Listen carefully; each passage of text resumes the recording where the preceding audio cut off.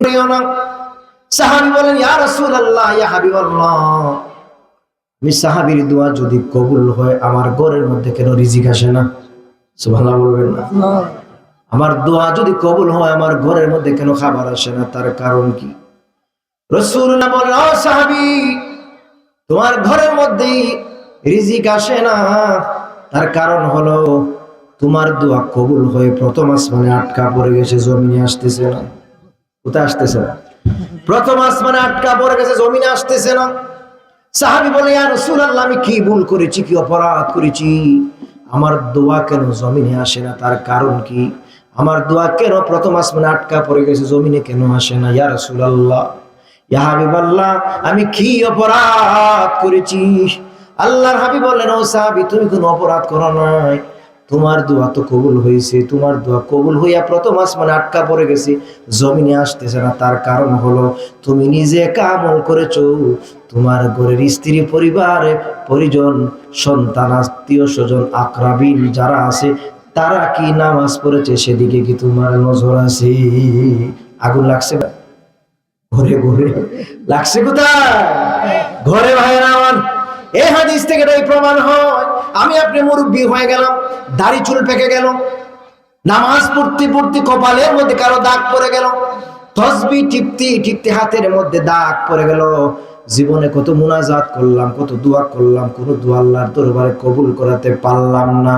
শুধু আমি আর আপনি ইবাদত বন্দি করলে হবে না, আপনার সন্তান, স্ত্রী, পরিবার, আপনার আপনার সন্তান, আপনার মেয়ে কোথায় যাচ্ছে, বেপরদা চলাফেরা করছে, ছেলে ইয়াবা বাবার সাথে সম্পর্ক, এই জন্য তোমার আমার দোয়া আল্লাহর দরবারে কবুল হয় না। ঠিক কিনা বলে?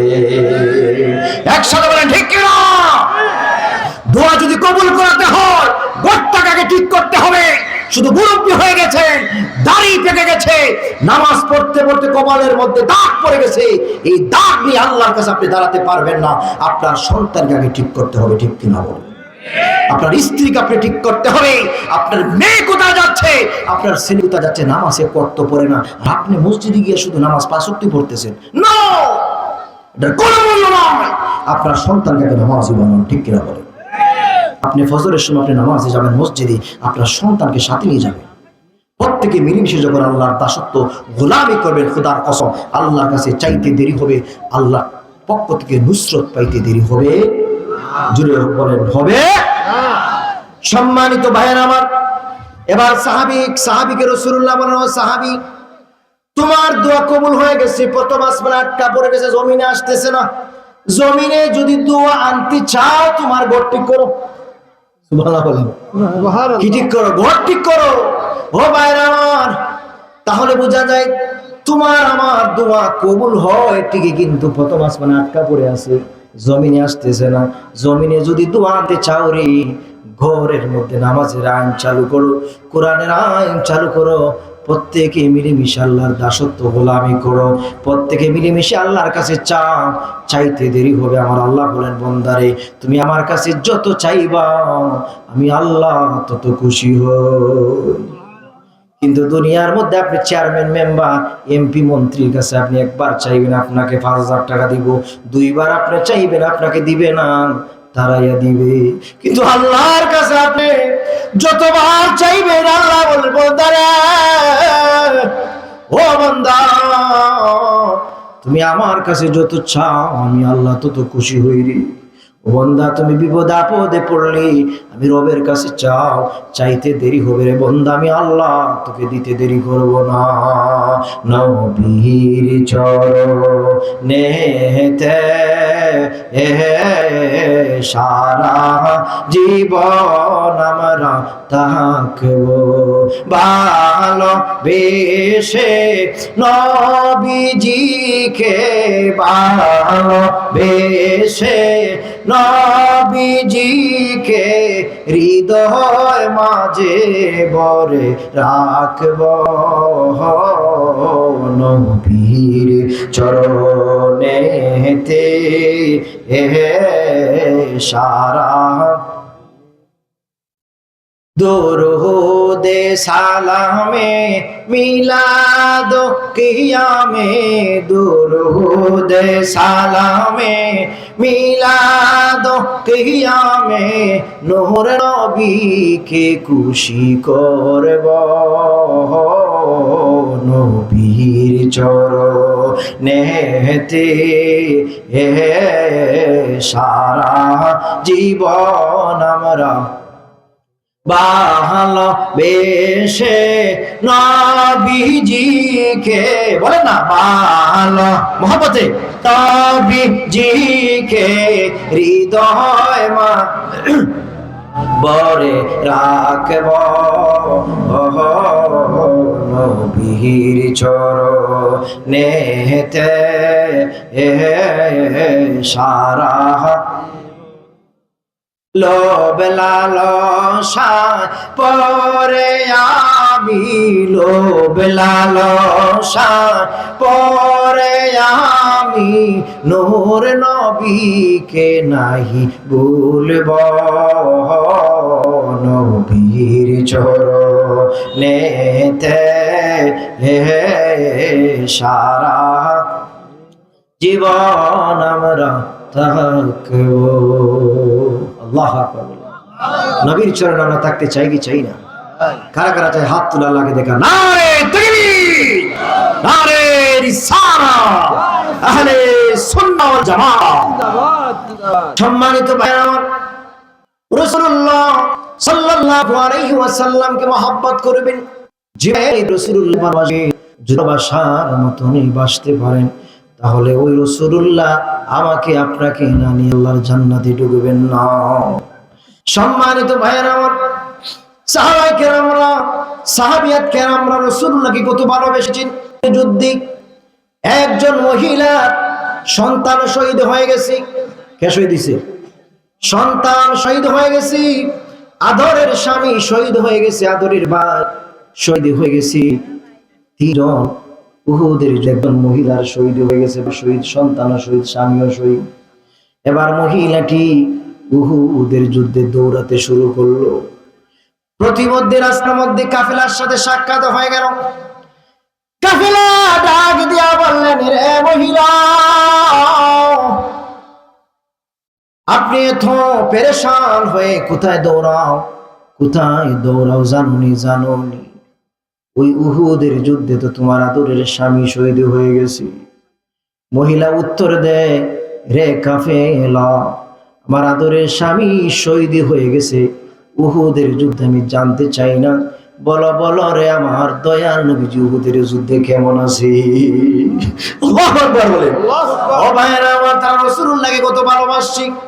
মহিলাটি আর একটু দৌড়াতে শুরু করলো। দ্বিতীয় আর একটা কাফেলার সাথে সাক্ষাৎ হয়ে গেল। কাফেলা ডাক দিয়া বলে, রে মহিলা, তুমি এত পেরেশান হয়ে কোথায় দৌড়াও? মহিলা বললেন, আমি উহুদে দৌড়াই। কাফেলা বলল, রে মহিলা, উহুদে দৌড়ায় লাভ নাই। জাননি জাননি ওই উহুদের যুদ্ধে তোমার আদরের একমাত্র ভাই শহীদ হয়ে গেছে। মহিলা চিৎকার দিয়ে ডাক দিয়া বলে, রে কাফেলা, আমি জানতে চাই না আমার আদরের ভাই শহীদ হয়ে গেছে, আমি জানতে চাই না। বলো বলো রে আমার দয়াল নবীজি উহুদের যুদ্ধে কেমন আছে? আল্লাহু আকবার বলেন। ও ভাইরা আমার, মহিলা আর একটু দৌড়াতে শুরু করলো। তৃতীয় আরেকটা কাফেলার সাথে সাক্ষাৎ হয়ে গেল। কাফেলা ডাক দিয়া বলে, রে মহিলা, কোথায় যাও? মহিলা বললেন, আমি উহুদে দৌড়াই। মহিলা ডাক দিয়া বললেন, কি হয়েছে? কাফেলা বললেন, জানো না জানো না, ওই উহুদের যুদ্ধে তোমার একমাত্র আদরের সন্তান তো শহীদ হয়ে গেছে। এবার মহিলাটি ডাক দিয়া বলে, রে কাফেলা, আমার একমাত্র আদরের সন্তান শহীদ হয়ে গেছে, আমি জানতে চাই না জানতে চাই না। বলো বলো রে আমার দয়া নবীজি উহুদের যুদ্ধে কেমন আছে? ও ভাইরা আমার, এবার মহিলাটি উহুদের যুদ্ধের প্রান্তে চলে গেল। মহিলাটি যুদ্ধের প্রান্তে গিয়া ডাক দিয়া সাহাবীদেরকে বলতেছে, ও সাহাবীরা, রাসূলুল্লাহ কোথায় আছেন রে? তাড়াতাড়ি করে আমি মহিলার তোমরা একটু দেখাও। ও ভাইরা আমার, এবার সাহাবীরা বললেন, রে মহিলা, ওই যে দেখো রাসূলুল্লাহ একটা গাছের ছায়া তলে বসে আছে। ওই যে রাসূলুল্লাহ একটা গাছের ছায়া তলে বসে আছে। মহিলাটি চলে গেল রাসূলুল্লাহর মোবারক। মহিলা রাসূলুল্লাহকে সালাম দিন, আসসালামু আলাইকুম ইয়া রাসূলুল্লাহ, আপনি কেমন আছেন? রাসূলুল্লাহ ডাক দিয়া বলে, রে মহিলা, ওয়া আলাইকুম আসসালাম, রাসূলুল্লাহ তো ভালো আছি। জানো নি রে মহিলা, এই উহুদের যুদ্ধে তোমার আদরের সন্তান, আদরের ভাই, আদরের স্বামী তো শহীদ হয়ে গেছে। মহিলা ডাক দিয়া বলে, ইয়া রাসূলুল্লাহ, আমার আদরের সন্তান, আমার আদরের ভাই শহীদ হয়ে গেছে, আমি জানতে চাই না। কুল্লু মুসিবাতিন বাদাকা সগীরাতিন ইয়া রাসূলুল্লাহ, ইয়া রাসূলুল্লাহ, ইয়া হাবিবাল্লাহ, আপনার নূরময় জান্নাতি মুবারক চেহারা দেখে আমি সব কিছু ভুলিয়া গেছি। আল্লাহু আকবার বলেন। আমার বাহিনী মদিনা দয়াল নবীজি, আমার বাহিনী মদিনা। বলেন বলেন, প্রেম দিয়া বলেন, আমার বাহিনী মদিনা দয়াল নবীজি, আমার বাহিনী মদিনা। ও নবীজি, আমি তোমার প্রেম ভিখারি, তুমি উম্মতের কান্ডারি, দেখা দাও চেহারা নুরানি। ও নবীজি, আমার বাহিনী মদিনা, আমার বাহিনী মদিনা দয়াল নবীজি, আমার বাহিনী মদিনা। ও নবীজি, কত মানুষ যায় মদিনায়, আমি কাঁদি রাস্তায় রাস্তায়। আল্লাহু আকবার বলেন। ও নবীজি,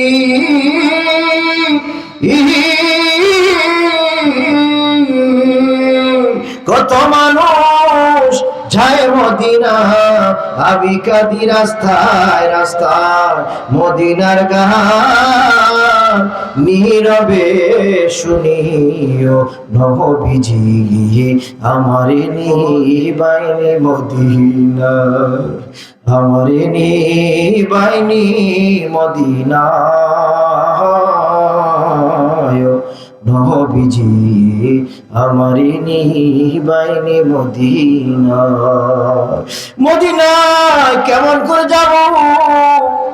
আমরা তো গরিব মানুষ, টাকা নাই, পয়সা নাই, কেমন করে মদিনায় যাব? ও ভাইরা আমার, মদিনাওয়ালার যদি পাগল হইতে পারো রে, টাকা লাগে না, পয়সা লাগে না, ওই মদিনাওয়ালা তোমার বাড়িতে হাজিরা দিয়ে দিবে। সুবহানাল্লাহ বলবেন না? ও ভাইরা আমার, যদি মদিনাওয়ালার পাগল হইতে পারো, আমার আল্লাহর হাবিব নূর নবী সাল্লাল্লাহু আলাইহি ওয়াসাল্লাম বলেন, ওয়া মান সাল্লা আলা হাবিবির রহমান, যেই ব্যক্তি রাসূলুল্লাহ সাল্লাল্লাহু আলাইহি ওয়াসাল্লামের উপরে দিনে দুপুরে আধারে গভীরে সকাল সন্ধ্যায় বেশি বেশি করে দুরূদ শরীফ পাঠ করবে, রাসূলুল্লাহ বলেন, রে উম্মত, তোমার দুরুদের আওয়াজ আমি রাসূলুল্লাহ রওজা মুবারক থেকে শুনি, আমি মদিনায় আর থাকতে পারি না, তোমার দুরুদ শোনার জন্য আমি তোমার ভাঙা ঘরে একদিন হাজিরা দিয়া দিব। আল্লাহু আকবার বলেন। ও ভাইরা আমার, ওই মদিনাওয়ালার প্রেম হৃদয়ে নাও। মদিনাওয়ালার প্রেম যদি হৃদয়ে থাকি, আপনি বাদশা হবেন। কবরে ফুলসিরাতে রাসূলুল্লাহ করে আপনাকে নূরের জান্নাত আল্লাহ দিয়া, ঠিক কিনা বলে? একদল ভাইরা বলে, রাসূল সাল্লাল্লাহু আলাইহি সাল্লাম আমাকে আপনাকে হাসরের ময়দানে সুপারিশ করে দাও। এগুলো ঠিক এগুলো নবী, এগুলো ইউটিউবার নবী, সারা জীবন রিস্কাছে, সৌদি আরব থাকছে, আরবি কথা বলতে পারে, এখন মৌলবী হয়ে গেছে, ঠিক কিনা বলেন?